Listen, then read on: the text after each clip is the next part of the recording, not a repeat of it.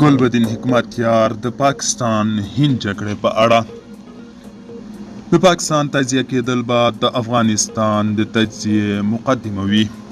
سلام، وخت مو بخیر. پام وکړئ د نن ورځې تازه خبر ته. د حزب اسلامي مشر ګلبدین حکمتیار زموږ هیواد او په سیمې کې د اټومي جنګ ګواښ تر عنوان لاندې د پاکستان هند وروستۍ جګړې ته په اشارې هغه افغانان غندلي چې په وینا یې دې جګړې ته نوکان جنګول. ګلبدین حکمتیار لیکلي په دغه جګړه کې ډیلي اشتباه کړې وه چې یو سخته ماتې یې وخوړه. ډیلي اشتباه کړې وه او ټولو هغو لوریو چې هند د پاکستان په پرتله له هر پلوه برلاسې او ځواکمن ګڼو، مخصوصا هغه چې د جګړې پایلې یې په خوشحالیو لاس پړه کولو، نوکانو جنګولو او یو په بل په حمایه کې ناسمو تفسیرو، غلطو تحلیلونو او دروغجنو تبلیغاتو سره بدرګه کړ.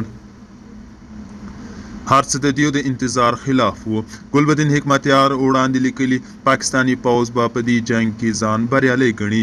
خپله بریا یې په پراخو ولسي تظاهراتو لمانځله.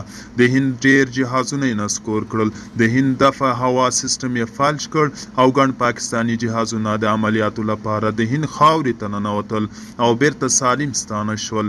د هغوی حال تاسف کوو چې په دې جنګ ته خوشحاله وو. نوموړي هغوی هم غندلي چې د بلوڅ وسلوالو ملاتړ کوي او زیاتوي.